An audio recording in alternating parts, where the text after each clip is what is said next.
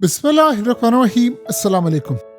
फैसला हो गया है कि दुनिया की तबाही होगी और उस तबाही के अंदर जो मामला तब सामने आए हैं, सिर्फ 30 मिनट के अंदर अंदर ट्रिलियंस ऑफ डॉलर्स मार्केट से वाइप आउट हो गए, सिर्फ 30 मिनट्स के अंदर अंदर। और इतनी बुरी सूरत हाल हो गई है कि प्लाटीनियम 13% से जायद गिर गया है, गोल्ड 7% गिर गया है, सिल्वर गिर गया है 12%। और इस सारी सूरत हाल के अंदर एक अजीबोगरीब सूरत हाल यानी जो मामला चल रहा है कि स्टॉक मार्केट भी मुकम्मल तौर पर क्रैश हो रही है। बॉन्ड्स क्रैश हो रहे हैं, S&P 500, नैस्डैक, अमेरिका की बिटकॉइन भी क्रैश हो रहा है और आहिस्ता आहिस्ता सारी चीज़ें क्रैश होना शुरू हो गई। तो बड़ी क्लियर सूरत हाल इस वक्त हो गई है कि दुनिया की तबाही का असल में हो गया है फैसला। और ये जो तबाही का फैसला हुआ है, इसमें पूरा वर्ल्ड अब फेस करने के लिए जा रहा है। यानी अब पूरा वर्ल्ड, जैसे जून एलिया ने कहा था ना कि अब कोई बात नहीं खतरे की, अब सभी को सभी से खतरा है, अब सबको खतरा है, अब सब तबाह होंगे। यूरोप भी तबाह होगा, अब एशिया भी तबाह होगा, अब मिडिल ईस्ट भी तबाह हो रहा है। और सिर्फ एक मुल्क की अना की वजह से, एक मुल्क की जंग की वजह से पूरा वर्ल्ड तबाह हो रहा है और उस मुल्क का नाम है इजराइल। अब देखिए इस वक्त सूरत हाल ये है कि पहली मर्तबा जब ये लड़ाई हुई थी तो अमेरिका की स्टॉक मार्केट स्टेबल रही, लेकिन अब जब डोनाल्ड ट्रंप ने आकर ये कह दिया है कि ये जंग कम से कम 5 हफ्ते तो चलेगी। 5 हफ्ते आप सोचें कि ये जंग हो सकता है लंबी भी चले। ये जंग कहीं रुकने का नाम ही नहीं ले रही। अब मसला सारा ये है कि गल्फ कंट्रीज इस वक्त शदीद शदीद शदीद गुस्से में है ईरान पर, और यहां तक अब थॉट पाई जा रही है कि ईरान को रिटेलिएट करके जवाब दिया जाए। देखिए मसला क्या है, मसला ये है कि इसराइल और अमेरिका क्या चाहता है। अमेरिका और इसराइल ये चाहता है कि ईरान और गल्फ कंट्रीज की लड़ाई हो जाए, अमेरिका और इसराइल पीछे हो जाए, इन दोनों के वसाइल बिल्कुल कंज्यूम हो जाए, ये दोनों फांक हो जाए, और फिर उसके बाद अमेरिका और इसराइल इसका उठाए फायदा। ये बेसिकली सूरत हाल है। अब गल्फ कंट्रीज कह रही है ईरान को कि तुम हमें क्यों टारगेट कर रहे हो, तुम्हारी वजह से गैस की प्राइसेस ऊपर चली गई हैं, तेल की प्राइसेस ऊपर चली गई हैं। वो इनको कह रहे हैं कि तुमने अमेरिका को अड्डे क्यों दिए, तुम्हारे अड्डों से अमेरिका अटैक करता है। इजराइल की मदद हुई है, इजराइल को यहाँ से फ्यूल टैंकर गए हैं, सब कुछ हुआ। अगर अड्डे ना देते तो ये जंग ही ना छिड़ती। तो कहानी सारी यहाँ पर हम तो अमेरिका पर अटैक कर रहे हैं। देखिए अब सूरत हाल ये है कि अगर गल्फ कंट्रीज अटैक करती हैं ईरान पर, तो जाहिर सी बात है ईरान पर तो ऑलरेडी बहुत कुछ तबाह हो चुका है, तो जो हाल कुछ नहीं होगा वो सारी की सारी तबाही इधर आ जाएगी। तो ये सूरत हाल बहुत ज़्यादा ख़तरनाक है। अब इसका असर पड़ा है इंटरनेशनल मार्केट के ऊपर। देखिए इस वक्त हो ये रहा है, गल्फ कंट्रीज में सारे बिलियनर्स हैं। ये वो है जिन्होंने स्टॉक मार्केट में पैसा इन्वेस्ट किया हुआ है, ये वो लोग हैं जिन्होंने दुनिया के हर कोने में पैसा इन्वेस्ट किया। वो स्टक है, ना फ्लाइट जा पा रही है, ना उनके चार्टर तैयारे जा पा रहे। अब ऐसा ऐसा कोई सूरत हाल होती है नहीं होती, लेकिन आप ये देखें साथ साथ कुछ फ्लाइट्स जा रही हैं, कुछ नहीं जा रही, साथ अटैक हो रहा है, साथ इंटरसेप्ट किया जा रहा है, शॉर्टेज हो रही है म्यूनिशंस की, मिसाइलों की, तमाम चीज़ों की। और इस पूरे खेल के अंदर ईरान पर भी अटैक हो रहा है, ईरान भी मिसाइल मार रहा है, दीगर चीज़ें, स्टॉक मार्केट क्रैश हो रही। यानी जो तबाही की आखिरी हदें हो सकती है उसका आगाज़ हुआ है। लोग शायद ये समझ रहे हैं कि ये पीक पर मामला नहीं जाएगा, ये अभी इसका बहुत ज़्यादा पीक आना है। उसकी रीज़न ये है, अब ईरान में आपने, एक तो ईरान के पास आपने कोई चॉइस छोड़ी नहीं है। जाहिर सी बात है अब ईरान जब तबाही करेगा, आपको लीडर तो वहाँ पर है नहीं जिससे आप बातचीत कर सके। अब ईरान का प्रेसिडेंट तो इस लेवल का है नहीं कि आप उससे बातचीत कर सके। और ऊपर से आयतुल्ला इस दुनिया से रुखसत होने से पहले पहले सबको ऑर्डर देकर गए हुए कि किस किस ने क्या रोल प्ले करना है। वो सारे अब इंतकाम लेना चाहते हैं। तो जब इंतकाम की सूरत हाल होती है तो बात आप ज़हन में रखिएगा, फिर ये मामला हो जाता है कि आप एक लड़ाई की तरफ जाते हैं और वो लड़ाई ख़त्म नहीं होगी। अब सारे नीचे से इंतकाम लेना चाहते हैं। तो जब आप इंतकाम लेना चाहते हैं तो बताइए सूरत हाल फिर कैसी होगी।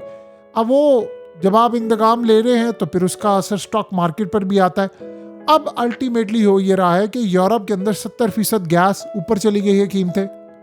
ईरान की गैस भी नहीं जा पा रही दुनिया के अंदर, और ना उसका तेल जा पा रहा है। यूरोप को अब ये बात समझ आ रही है। आपको पता है यूरोप इतना तबाहकुन है कि उन्होंने यूक्रेन को कहा है कि वो जो गैस पाइपलाइन है यूरोप से आता है उसके लिए कुछ करो, क्योंकि यहाँ से अब ईरान ये चाहेगा, देखिए ये रशिया तो चाहेगा ना कि कतर की जो LNG है ये उस पर अटैक हो। आपको पता है कतर से पहले गैस जाती थी रशिया की, यूक्रेन की जंग हुई खत्म तो कतर से उन्होंने फिर गैस लेना शुरू की। तो कतर से जब गैस लेना शुरू की तो जाहिर सी बात है रशिया के लिए मसला हुआ, उनकी कमाई कम हुई। अब अगर कतर पर हमला हुआ है तो जाहिर सी बात है रशिया खुश होगा, जाहिर सी बात है, क्योंकि उन्होंने गैस बंद कर दी। उन्होंने तो इंतकाम लेने के लिए किया है ना, कि यूरोप को भी पता चले और यूरोप अमेरिका पर दबाव डाले। जिस तरह ईरान अटैक कर रहा है गल्फ कंट्रीज पर, और वो दो तरह से, एक तो बदला ले रहे हैं, दूसरा वो ये चाह रहे हैं कि ये बेसिकली अमेरिका पर दबाव डालें और अमेरिका को कहें ये जंग बंद करो, क्योंकि यूरोप भी अब तबाह हो रहा है, यानी अब सारा वर्ल्ड तबाह हो रहा है और उसके असरात अब पूरी दुनिया में जा रहे हैं। अब असल मसला यहाँ पर यह है कि अमेरिका के बॉन्ड्स अब तेजी से बेचे जा रहे हैं। अब अमेरिका के देखिए स्टॉक मार्केट जब क्रैश होती है तो करेंसी मजबूत होती है, यानी ये बिल्कुल उलट है। उसकी रीज़न ये है, अमेरिका में ऐसा होता है कि लोग स्टॉक्स बेचकर करेंसी की तरफ, सेफ हेवन की तरफ जाते हैं। ये इस वक्त सूरत हाल ये है कि मार्केट में करेंसी इतनी मनीपुलेट हो रही है, कभी डॉलर ऊपर जा रहा है, कभी स्टॉक्स नीचे आ रहे हैं। अब देखिए गोल्ड भी क्रैश होना शुरू हो गया है। तेल की कीमत पहले दिन उस लेवल के ऊपर नहीं की जैसे जानी चाहिए थी, यानी 65 से सीधा $72, अब $76 पर ट्रेड कर रहा है। तो स्टॉक्स ऊपर जा रहे हैं, नीचे आ रहे हैं, क्रैश हो रहा है। ये पूरी की पूरी इस वक्त तबाही की जो चेन है वो हम देख रहे हैं। सो ये सूरत हाल काफ़ी ज़्यादा खतरनाक है।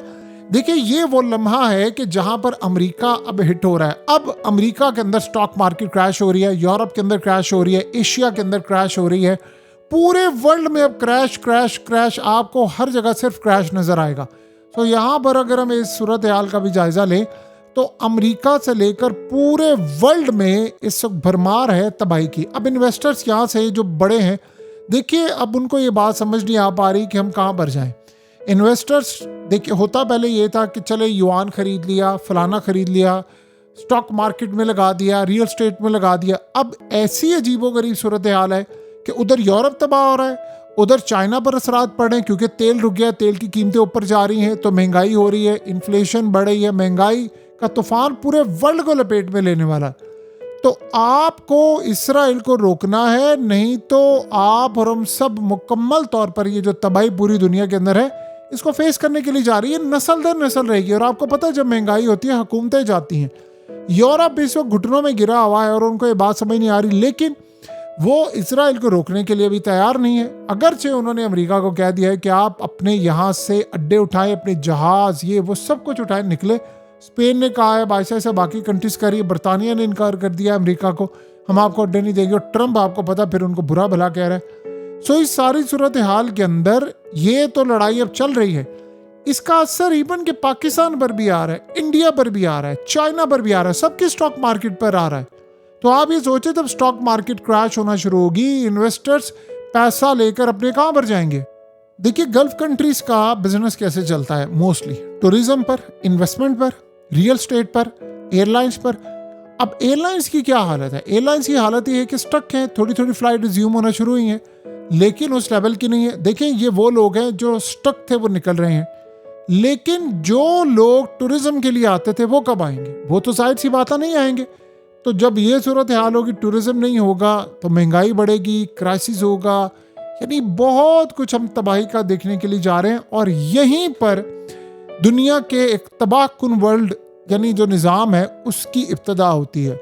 सो अब आप ये सोच लें अगर इसराइल को मैनेज किया होता तो आज ये दिन देखना ना पड़ता। देखिए ईरान ने तो पीछे नहीं हटना, वो तो आप समझ लें कि सारी रेड लाइंस क्रॉस करने को तैयार है। उन्होंने एक फैसला कर लिया, अब हमने मरना है और हम मारेंगे सबको, बस ये दो सूरत हाल है। तो उनके बीच में अमेरिका आ रहा है, गल्फ कंट्रीज आ रही है, इसराइल आ रहा है, वो सबको मारते जा रहे हैं, मारते जा रहे हैं।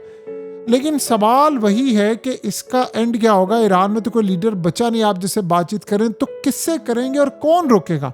देखिए अभी भी सिर्फ एक सोल्यूशन है, ये आखिरी सोल्यूशन है और यही सोल्यूशन होगा तो बात बनेगी।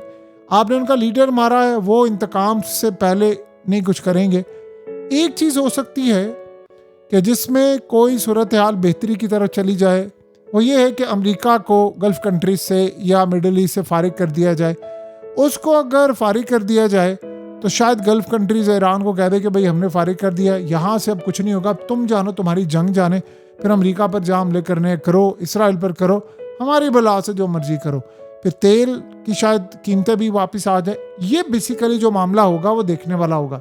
सो आने वाले वक्त में क्या हालात होंगे, कैसे होंगे, किस तरह के होंगे, कुछ नहीं कहा जा सकता। लेकिन एक बात तय है कि जो लड़ाई अब होने के लिए जा रही है वो सारे वर्ल्ड को लपेट में लेगी और फिर बचेगा कोई नहीं। ना इन्वेस्टर बचेगा, ना उनका पैसा बचेगा, ना बिलियंस ऑफ डॉलर्स बचेंगे, ना कुछ बचेगा। हकीकत टीवी साइंस एंड हेल्थ की इस वीडियो के नीचे कमेंट जरूर कीजिए, अपनी राय का इजहार जरूर करें और इस वीडियो को हर जगह शेयर करते हुए चैनल को सब्सक्राइब जरूर करें।